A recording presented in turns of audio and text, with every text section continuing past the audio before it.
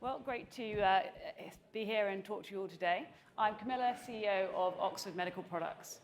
We have developed a totally novel, non-surgical, non-pharmacological solution for obesity. So, as I'm sure you're all aware, obesity and excessive weight now affects more than 2 billion people worldwide, and it is arguably the biggest public health crisis we are facing. Up until recently, the mainstay treatment was bariatric surgery, but clearly that's completely unscalable to hundreds of millions, if not billions of people. And then, as you'll all be aware, Ozempic comes along sort of 4 or 5 years ago. And this has really opened up the market. So we're now looking at a total market size of around about 100 billion by 2030. But Ozempic and tirzepatide, Zepbound from Lilly, these are not a panacea. They come with some quite significant side effects. And this is really bore out when we look at the data. We see that only 25% of individuals are still on treatment at the year mark. And why is this important? Well, obesity is a chronic disease. And you have to treat it long term. As soon as you stop treatment, the weight comes back on. And we see this, 2/3 of weight comes back on after you stop GLP-1 treatment within about a 2-year period. So what can we do about this? Well, at OMP, we have developed a totally novel solution. As I said, this is non-surgical, non-pharmacological. This is a pill that you take. It swells rapidly in the stomach. And the best way to think of this is it works just like a gastric balloon. We're taking up that volume in the stomach. What you would see is our pill swelling very rapidly in that solution. And that's really important. We have to swell rapidly so we can stay in the stomach and we continue to work 24 hours a day, 7 days a week. Where other hydrogel technologies have failed is that they cannot stay in the stomach. If you're not in the stomach, you are not suppressing appetite. So we are delivered orally. Our pilot trial data that I'm about to go through with you demonstrates we have really good appetite suppression. So we believe we're going to be comparable with the likes of Ozempic on our weight loss.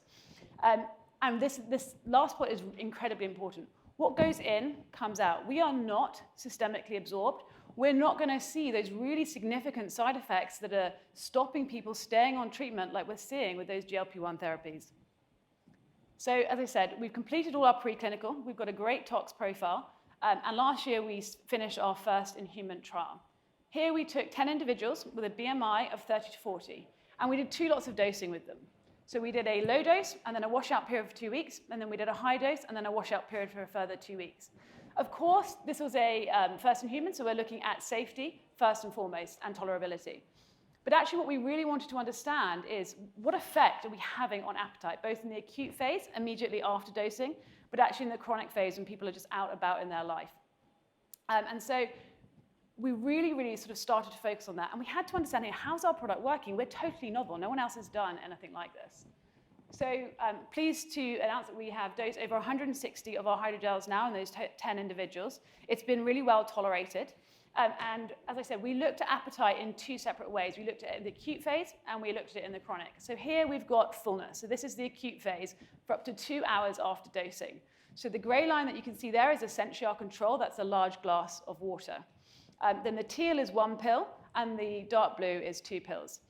So as you'd expect, when people have taken the water, after kind of 30 minutes, 60 minutes, that water leaves the stomach, and the fullness goes away. That's a totally normal mechanism of action. What you can see when they've taken our pill with the teal and the dark blue is that fullness is dramatically increased and sustained for those 2 hours. Great. So we know we're getting acute appetite suppression.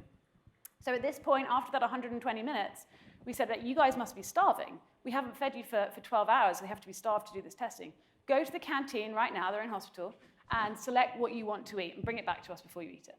And what we found was when individuals had had 2 hydrogels on that blue line, compared to when they'd had none with the water, they selected 50% less calories on their plate than, as I said, when they just had the water. So we know we are suppressing appetite in that acute phase.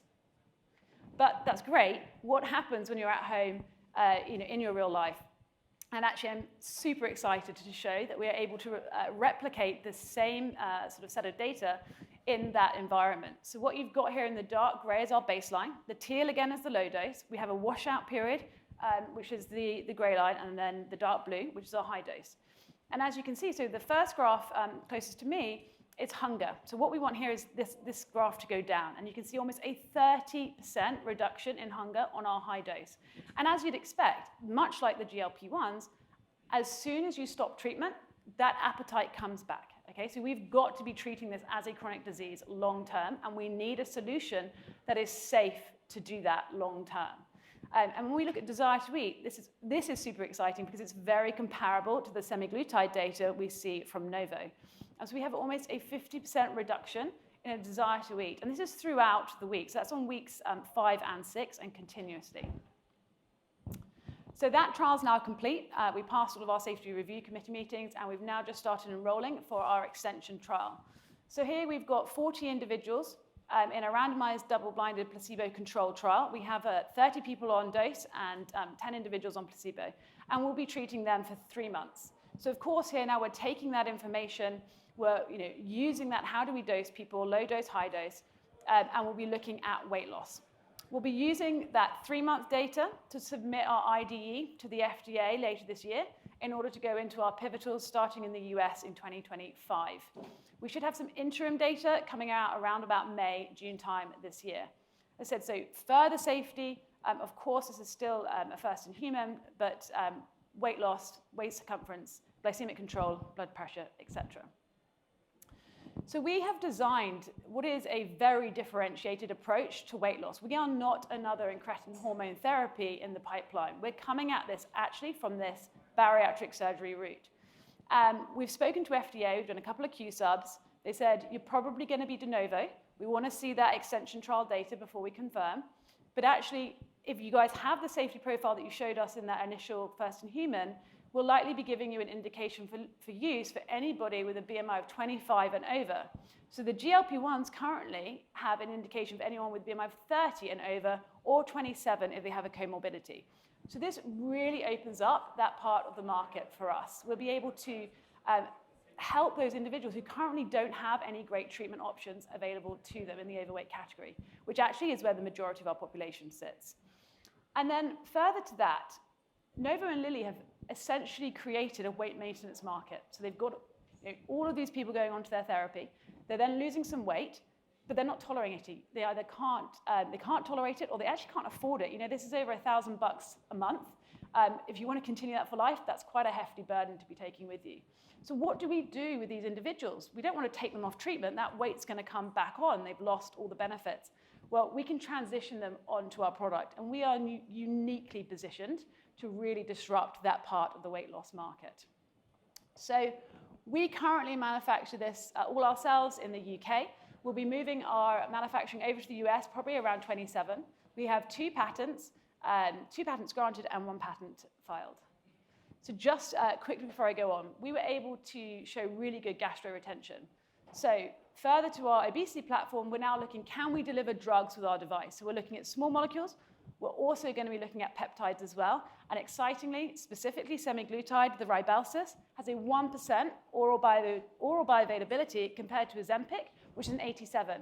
Just so happens, semaglutide is absorbed in the stomach, which is where we're going to be keeping it. So we're going to improve its bioavailability, and we're going to have a synergistic compound effect on weight loss. I'm supported by a fantastic team, but I'm super short on time. Hootan is our bariatric surgeon, and Shui is our material scientist from Oxford. So we are currently raising $25 million. That money will be used to run our pivotal trials, as I said, here in the US starting next year, and takes us all the way through to FDA submission towards the end of 2026. And we'll look to commercialize that first asset in 2027. We'll be looking to close that round on data readout around Q3 this year. Thanks.